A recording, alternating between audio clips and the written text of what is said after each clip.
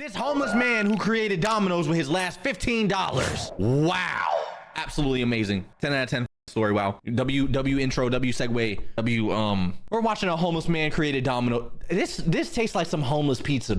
It making sense now. I see that. It's definitely making sense. Mr. Trump, here you go. 3 medium pizzas, $5 each.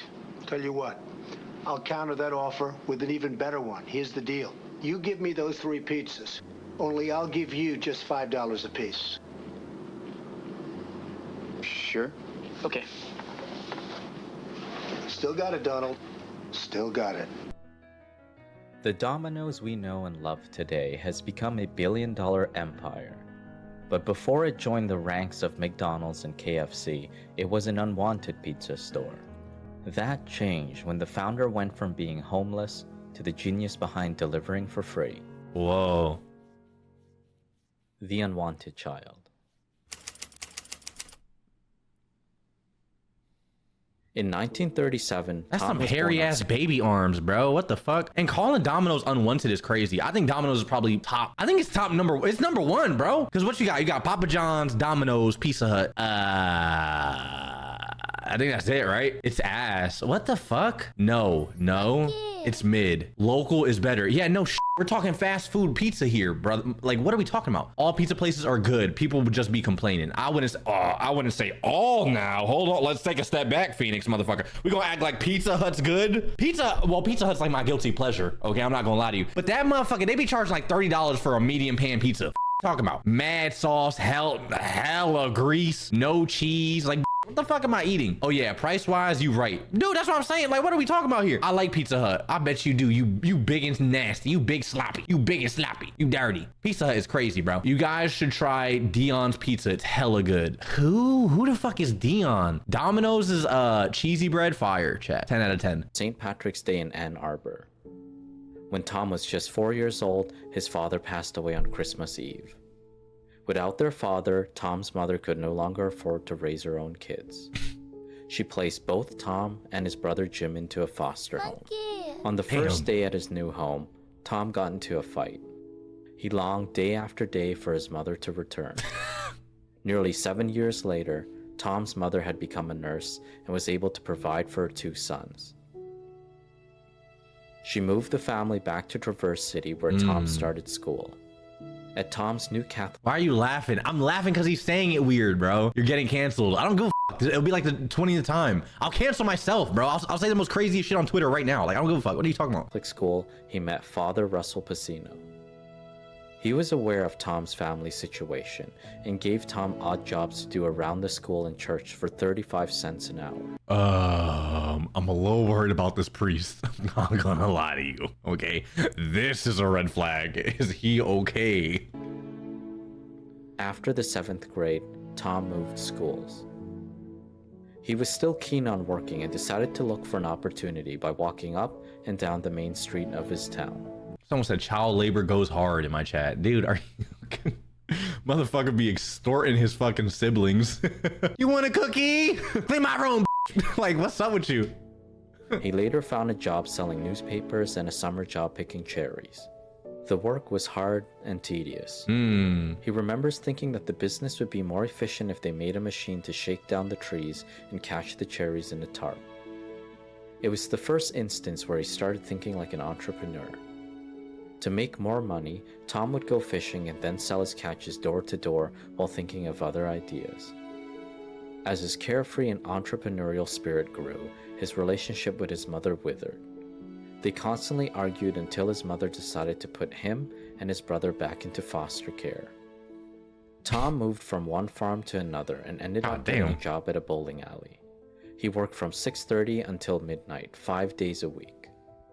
By high school, Tom moved again. I don't go about none of this. I'm not gonna lie. I don't care about this backstory at all. We are 3 minutes in. I couldn't care less about this Domino's motherfucker, dude. Like, what are we talking about here? Kenji, what? But this time into a ramshackle farm that had no electricity. During the winter time, frosts and light peered through the cracks of the walls. Life was difficult. The clothes Tom wore were worn out and filled with holes, and his shoes were always covered in manure. While walking to school, he would keep his shit stains on his Adidas? That's crazy. To the floor, hoping no other students would notice. You should get this guy to write your lore. Yeah, by the end of it, it'll be a nice little fucking lullaby. Shut the f up. What are you talking about? One day, he started to reflect on his path while shoveling a pile of manure that reached his ankles. How did I get so off track? That's what I'm asking on this video. Like, what the f are we talking about? When's Domino's happen? It was then that he decided that he was going to fulfill his dream of becoming a priest. Oh no. So he applied to a seminary and was able to attend after his mother offered to pay with her savings. Tom felt right at home at the seminary and didn't get homesick like the other boys. He was even somewhat mischievous. He got into pillow fights and would talk in the study hall, but he never did anything too serious. In less than a year, he kicked Tom out of the seminary and told him he didn't have a vocation. Damn. Tom's dream of becoming a priest was crushed. Afterwards, he was forced to move back into his mother's home. They constantly argued as they did before until his mother gave up on him. Without telling him, she sent a police officer to fetch him after school and sent him to a juvenile delinquent home. I felt like a criminal. When does he start eating pizza? How does this... I'll just say all this, if he ends up being homeless, right? Who buys a homeless man pizza?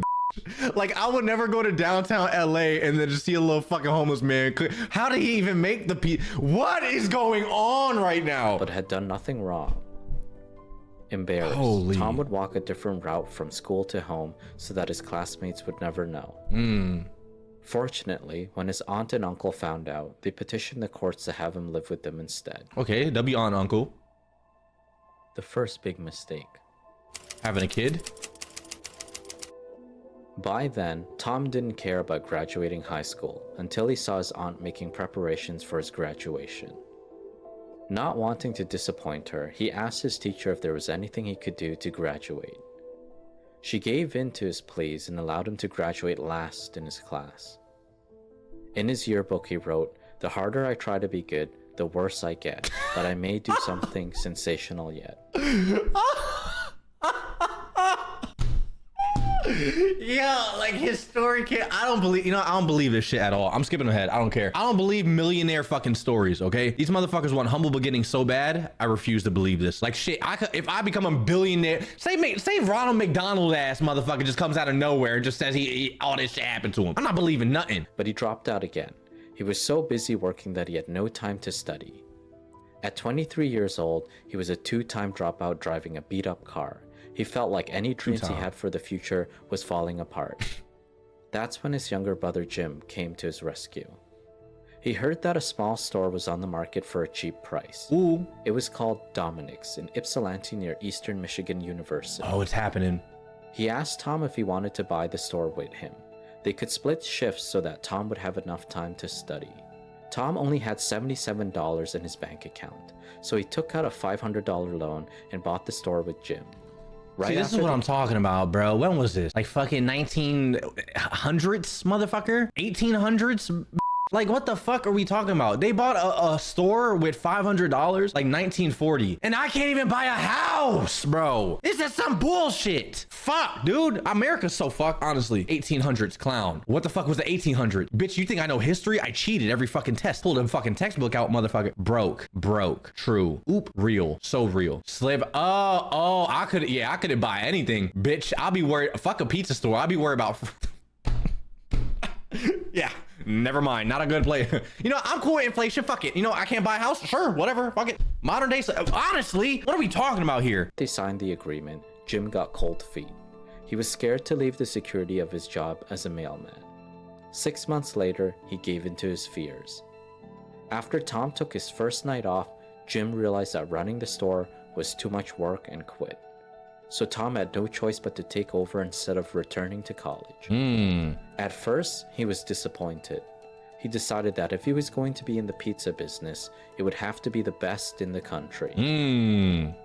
Forced into homelessness.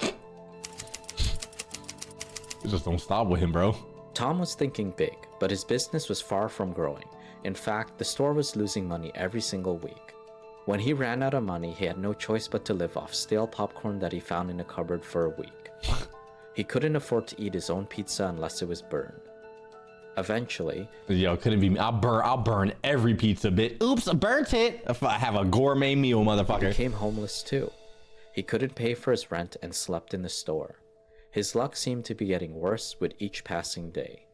One evening, half of his staff didn't show up, so that's when he decided to limit the types of pizzas they made. It turned out to be their most profitable night ever. From then on, he focused on keeping his menu simple and delivering for free. He was the first pizza store to do this. Whoa. After the Ypsilanti store became profitable, he decided to open a second store in Mount Pleasant near Central Michigan University. The night that he signed the agreement, he laid in bed feeling scared to death.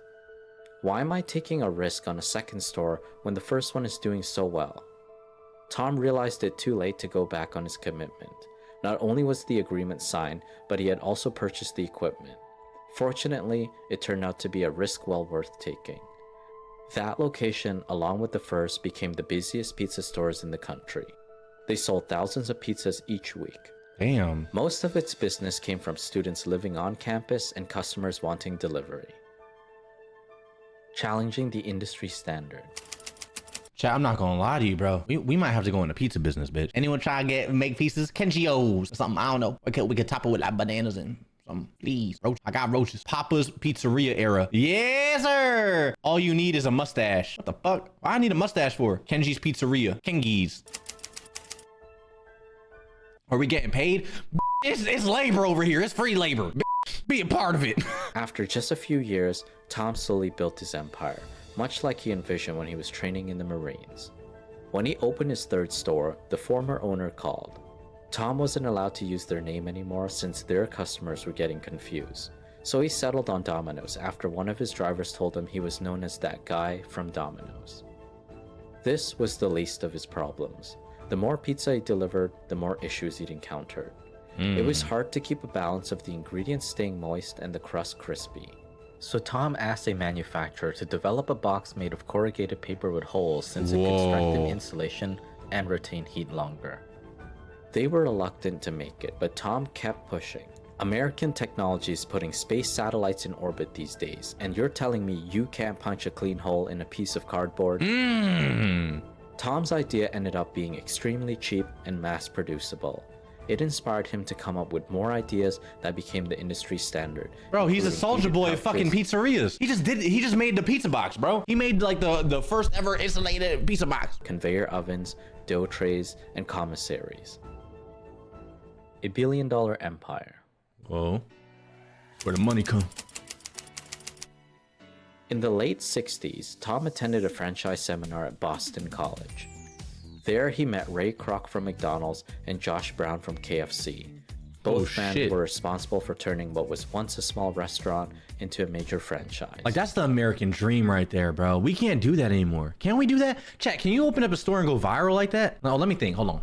You can't even buy a storefront. What do you mean, yes? There's no way you're buying a storefront. Marketing? F that. I feel like buying a store is actually stupid now. Not in this economy. That's what I'm saying. Maybe. No. Are we all just meant to be poor, chat? I'm a little worried. Yeah. Yes. Yeah. Not me, bitch.